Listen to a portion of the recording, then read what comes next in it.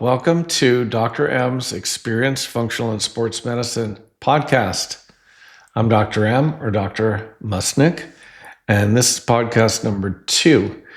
And the topic is brain fog. So this is actually brain fog number 2. This is going to be about 20-ish minutes. It's going to be a solo episode. And let's get going. Okay, so I'm going to summarize a little bit from Brain Fog Part 1. In Brain Fog Part 1, I basically said that brain fog was a dysfunction in the brain, definitely brain inflammation, definitely slowing of neurotransmission, where a person feels foggy and slow and mental processes are not normal. I also said that brain fog can either be, quote, simple brain fog, where that's all it is, or it's associated with other cognitive issues like memory issues, focusing issues, word finding issues, speech issues. In other words, brain fog plus other cognitive issues is much more serious than just simple brain fog. We also said that brain fog that lasts more than 15 to 20 minutes is more serious than very brief episodes of brain fog. We went over a whole list of things that can cause brain fog. Everything from brain inflammation, food allergies, EMF exposure, heavy metals, Lyme and co-infections, viruses, autoimmune conditions, even autoimmune conditions of the brain. So make sure if you haven't listened to part 1 that you listen to it, because it's really a preliminary episode to this. What we're going to cover today is, are there any tests that you might want to get in regards to checking out your own brain fog, or if you know someone who has it that they might want to get? And then what are some basic solutions? Now, when I talk about solutions, first of all, it's very important to talk about the cause, because if someone has Lyme disease or they have Epstein-Barr, we definitely want to get at the cause and treat those things. And it's outside the scope of this particular podcast to tell you how to treat Lyme disease or tell you how to treat Epstein-Barr. So one of the initial concepts is, when we get into talking about treatment, that you need to understand that there's going to be treatment that's going to go on depending on what the major causes are, but also I'm going to make recommendations of things that you can do regardless of what's causing it. Okay? Now, first topic we're going to talk about is, are there important tests to get for brain fog? And the answer is yes, there are some important tests. Let's first talk about blood tests. What blood tests could you get that might be meaningful? Well, you could get what's called a sedimentation rate to check for inflammation, to see if there's high levels of inflammation that could be contributing to brain fog, because did you know that body inflammation can lead to brain inflammation and then brain fog? And it appears that almost all brain fog is related to brain inflammation as one of the different physiological factors. So the other test you could get is called a CRP, high sensitivity, and that will also give an indication of inflammation. You'd like a level less than 1 on that. With the SED rate, you'd like a level less than 12. What other tests can you get? Well, certainly you can get cholesterol testing, and you can get really refined with the cholesterol testing, because that would relate to blood vessels in the brain. But forgetting about all that cholesterol testing, there are other things that you could test. You could test homocysteine to make sure that's not elevated. You could get a test for Epstein-Barr, because if Epstein-Barr is reactivated, that can cause brain fog, and it can cause what's called brain fatigue, which means you don't want to use your brain all day long. So Epstein-Barr virus, we initially contract when we get mononucleosis, but if the immune system is not functioning as well as possible, we can get a reactivated Epstein-Barr. What does that mean? It means the Epstein-Barr, which was contained and dormant, is now multiplying, and it can multiply in your brain and cause brain dysfunction. I've had numerous patients where that was the big deal. So what test do you want? Well, it turns out that the Epstein-Barr panel is not enough. So let me tell you the exact tests you need. You need an antibody to Epstein-Barr VCA, which is viral capsule antigen. You need Epstein-Barr nuclear antigen, which is abbreviated EBNA. You need Epstein-Barr early antigen. All of them are important. And if any of them are 8 times the normal upper limit, then you've got a reactivation of Epstein-Barr and it needs to be treated. Remember, there is no drug for Epstein-Barr treatment. So at some point, we might have a podcast on Epstein-Barr because there are ways to treat it. So just know it can be treated. What else? If there's a suspicion of mold or mold mycotoxins causing brain fog, then you want to get a urine mycotoxin test. And there's a number of laboratories that do this. Number of laboratories. Mosaic Labs does this. Vibrant Labs does this. There's a number of labs that do this. What other tests might you get? Is an MRI appropriate of your brain? So let's just cover this real quick. An MRI is not initially appropriate for brain fog. An MRI should not be done with contrast because the contrast itself could be harmful for the brain. So I recommend that you stay away from MRIs with contrast for the brain because the contrast is a heavy metal, okay?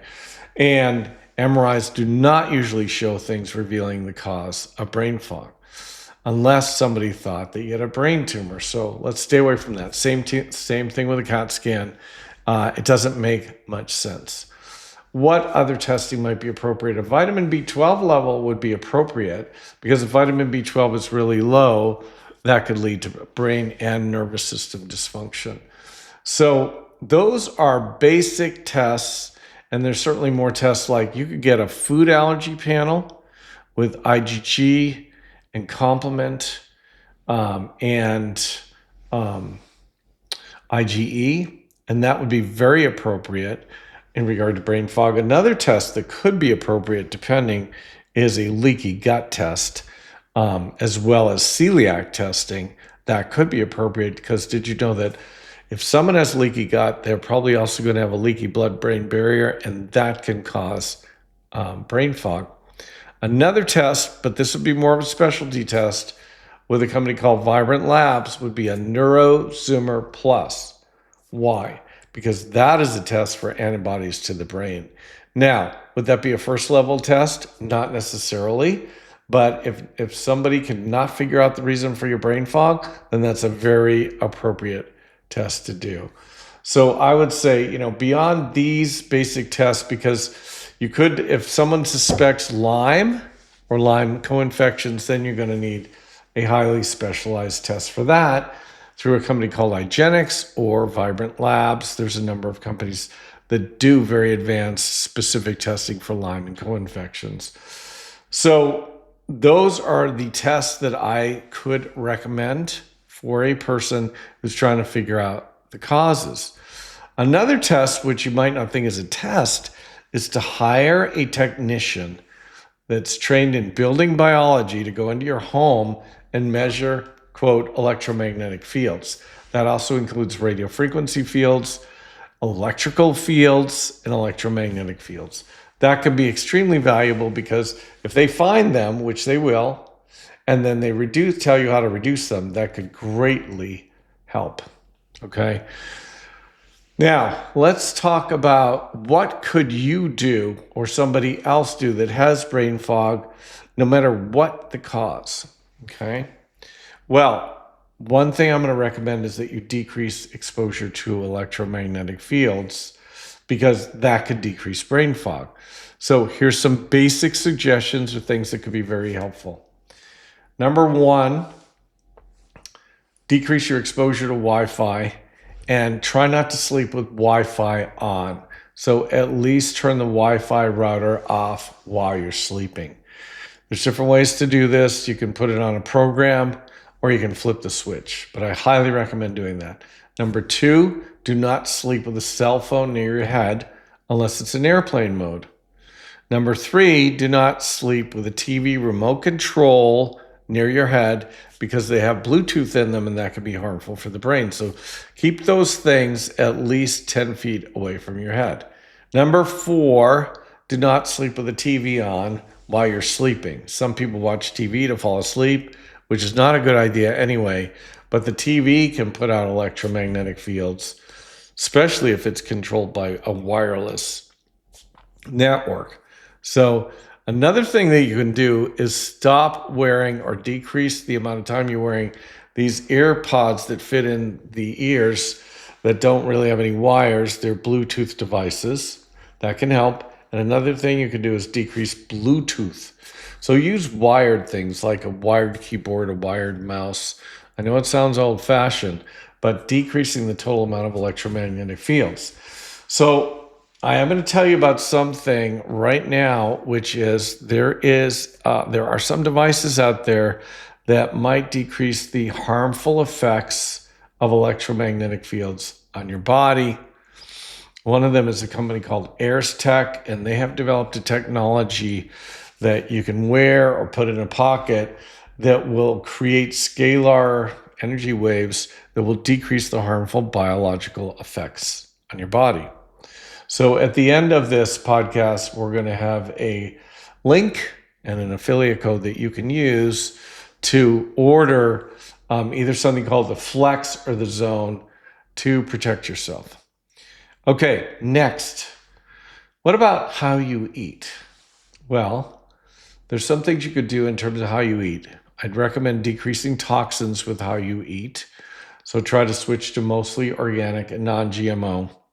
Next, if you decrease grains, especially gluten, that could be helpful. And decreasing dairy can be very helpful too.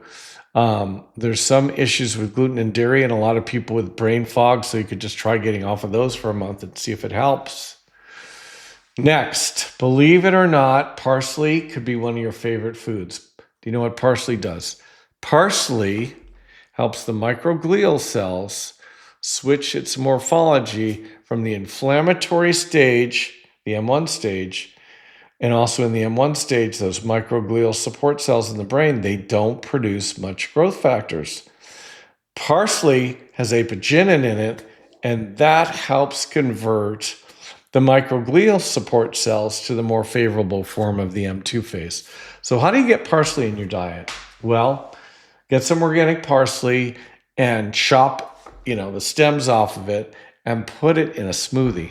As a matter of fact, a really good smoothie for the brain is wild organic blueberries with parsley, then a protein powder, and then a really clean liquid.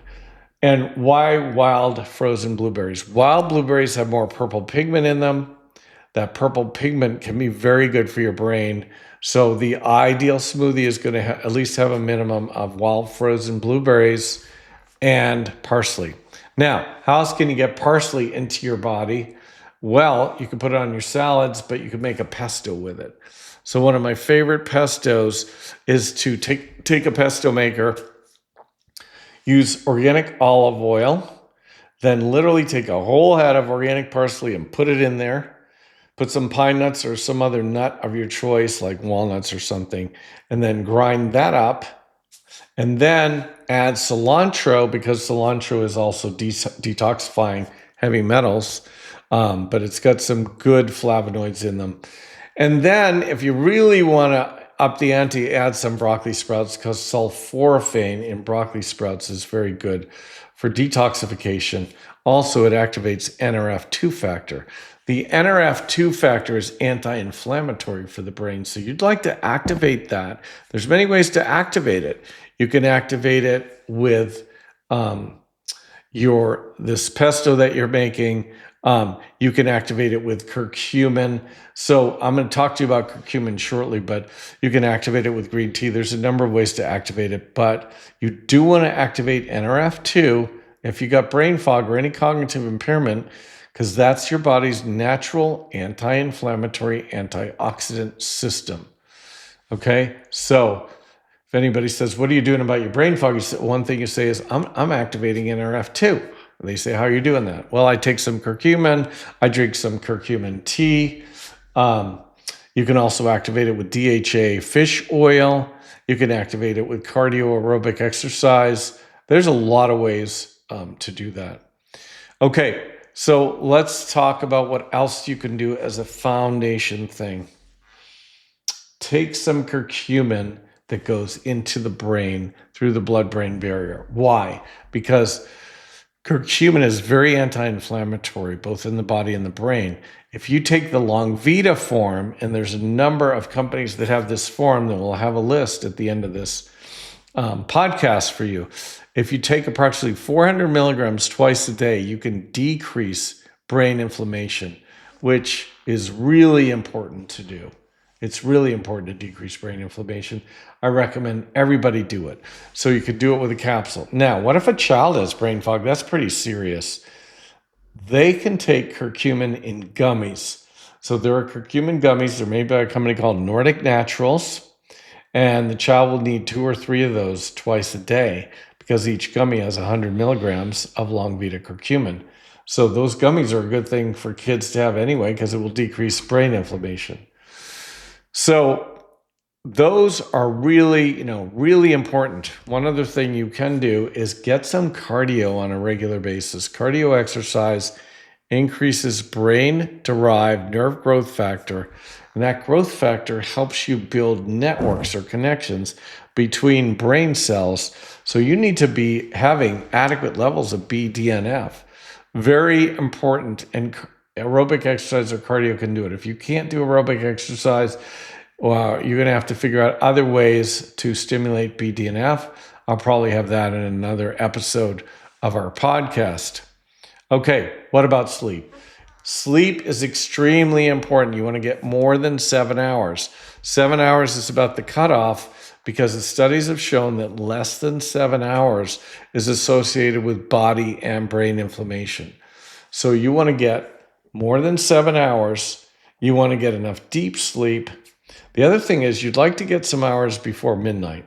This time before midnight is just extremely valuable because did you know that growth hormone is secreted after like 1 a.m. if you go to bed around 10 or 10:30. So in general, I don't want people going to bed later than 10 or 10:30. We want that growth hormone. It's good for your body. It's good for your brain. And so other things besides getting enough sleep, decrease your stress level if you can. Stress increases cortisol. Cortisol, if it's too high, can be a cause of brain fog and even a cause of memory problems. So somehow you want to manage your stress. Many different ways to do it. I do suggest meditation, but I really like this app called the Tapping Solution. I suggest you download it from the App Store. We're going to give you a link on the end of the podcast. And I would say upgrade it for a year because it's unbelievable how this tapping decreases stress. There's another way to decrease stress, which is that there's a program called HeartMath, where you actually download an app and have a little thing that connects to your ear, your finger, that measures your heart rate variability. And then you do a thing called getting into coherence, similar to meditation, to decrease stress. And then, of course, to decrease brain fog, you want to treat the cause. If it's food allergies, stay away from the food. If it's Lyme or co-infections, those need to be treated. If it's Epstein-Barr, that needs to be treated. If it's mold, that needs to be treated. There's a lot of things that you could start doing, like we just mentioned, and then treat the underlying cause. And that's the way I recommend doing it. Do some of these foundation early things, and oftentimes the brain fog will just go away. Another thing you can do is support the mitochondria in your brain through taking a really good multiple vitamin and taking some CoQ10. And then sometimes methylene blue can be very helpful for the mitochondria, but you got to make sure you get a really good source for it. We'll have a list at the end of the podcast for a source that I like. And you want to make sure that source is checked for heavy metals. Really important. So I hope this has helped. This helps you. There's so many suggestions here. I really wish you good luck on your search to treat your brain fog. And look at our other episodes of Dr. M's experienced functional and sports medicine, and look at the links at the end of this podcast for these products. And don't forget to subscribe to our podcast channel and our YouTube channel.